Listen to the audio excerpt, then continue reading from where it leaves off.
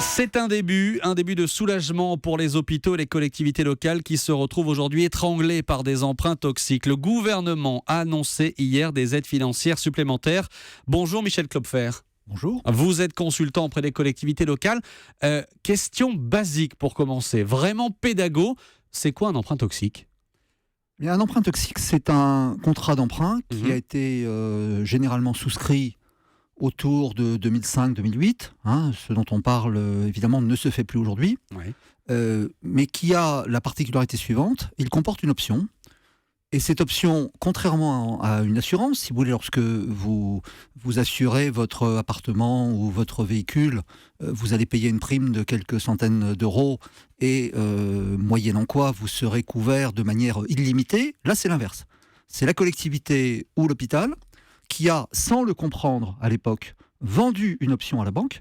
Cette option lui a occasionné un petit bonus, ce que j'ai appelé dans des articles à l'époque une tarte aux fraises. Ouais. C'est-à-dire que pendant quelques années, elle avait des taux d'intérêt inférieurs au taux du marché de l'époque. Et en contrepartie, elle couvre la banque pendant une durée extrêmement longue, 15 ans, 20 ans, parfois plus de 30 ans. Et si jamais un événement défavorable se produit, en l'occurrence l'augmentation du franc suisse, elle peut payer des taux d'intérêt de 10, 15, 20, 25, jusqu'à 40%. C'est-à-dire qu'au départ, ça semble très intéressant. Et très vite, si le franc suisse explose, qui vient de se produire au début de l'année, ça devient une catastrophe. Ça semble très intéressant. Je veux dire que c'est de la myopie financière. Quand vous Ça veut dire que c'est prenez, du court terme. quand vous prenez un contrat sur 25 ou 30 ans, vous ne regardez pas uniquement le taux d'intérêt que vous allez payer pendant les 2 ou les 5 premières années. Vous regardez ce qui peut se passer.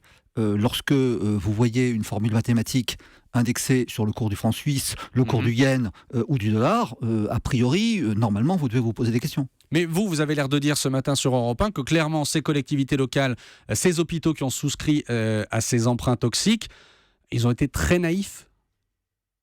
On peut, si vous voulez, lorsque vous avez une banque qui fait de la pression commerciale, ce qui était le cas de Dexia à l'époque, ce qui a été le cas de toutes les banques qui ont suivi celui qui était le premier prêteur au secteur public local.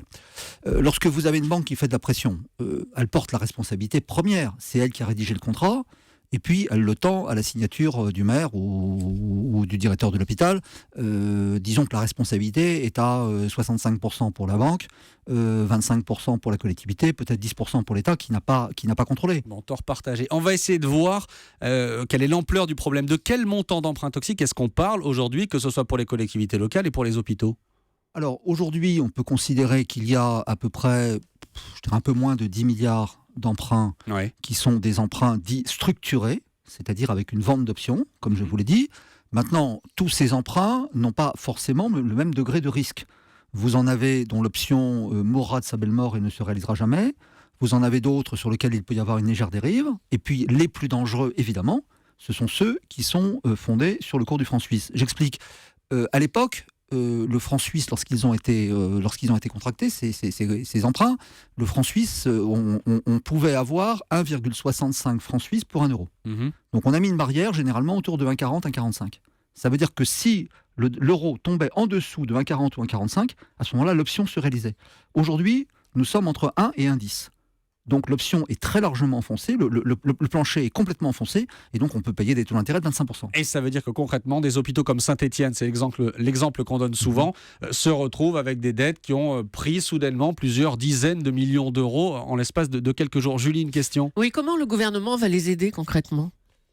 Eh bien, le mécanisme qui a été mis en place il y a maintenant 2 ans, c'est que à l'époque, si vous voulez, il faut bien comprendre, pour apprécier l'ampleur du problème, je vous dis, il dure sur plusieurs dizaines d'années, c'est qu'un certain nombre d'emprunteurs ont attaqué les banques devant les tribunaux et ont gagné en première instance. Donc le gouvernement, en 2013, a décidé, disons, de présenter un deal à sa majorité parlementaire qui consistait à dire « je vous mets en place un fonds de soutien », c'est-à-dire que l'État et les banques vont pour partie atténuer la facture. Et en contrepartie, je vous demande de faire passer une loi rétroactive pour empêcher que l'on puisse attaquer les banques sur des contrats qui ont été pris sur cette époque-là. Donc cette loi est passée en juillet 2014. Le fonds de soutien a été mis en place pour les collectivités pour 1,5 milliard d'euros sur 15 ans, pour les hôpitaux sur 100 millions. Mais comme il y a eu entre-temps la flambée du franc suisse depuis le 15 janvier dernier, ces sommes ne suffisaient pas. Et donc le ministre du budget a annoncé qu'on passait de 1,5 milliard à 3 milliards pour les collectivités, 200 millions à 400 millions pour les hôpitaux. C'est ce qui a effectivement été annoncé hier. Il fallait cette aide supplémentaire, on est arrivé à une situation critique. Oui, il fallait cette aide supplémentaire. Maintenant, la question évidemment qui peut se poser, globalement, pour le secteur public local, c'est que leur dotation baisse.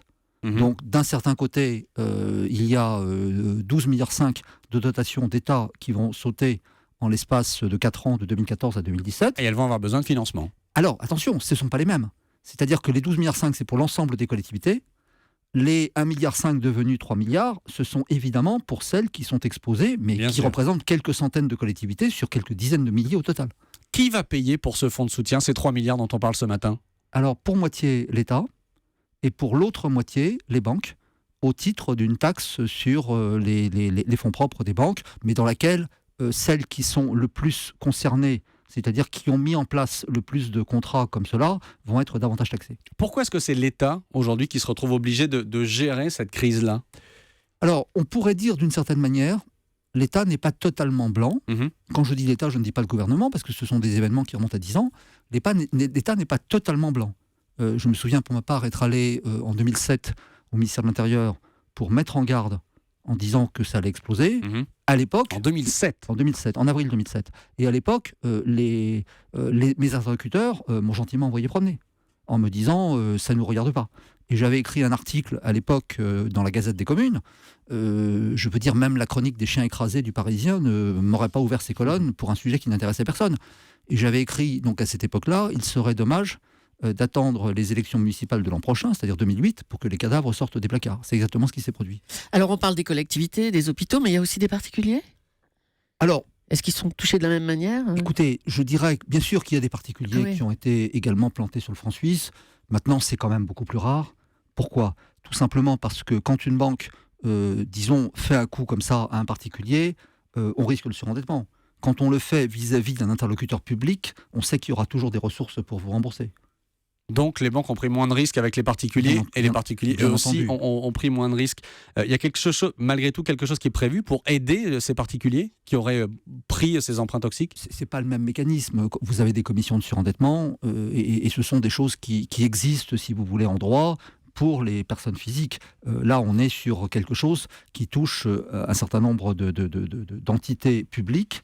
Et évidemment, s'agissant d'hôpitaux ou également d'office de l'habitat, parce que vous n'avez pas uniquement des collectivités locales, vous avez des bailleurs sociaux qui aujourd'hui sont bien en peine pour faire des travaux d'aménagement, de réhabilitation de logements sociaux, tout simplement parce qu'ils sont eux aussi affectés par ces contrats. Et on a bien compris ce que vous nous disiez ce matin, Michel Klopfer, c'est que les aides venues du gouvernement, les aides qui ont été doublées, ça a été annoncé hier, sont nécessaires. On est arrivé à une situation critique, c'est ce que vous nous avez dit ce matin sur Europe 1. Merci beaucoup, Michel Klopfer. Je rappelle que vous êtes consultant auprès des collectivités locales. Merci d'être venu en direct chez nous ce matin sur Europe 1.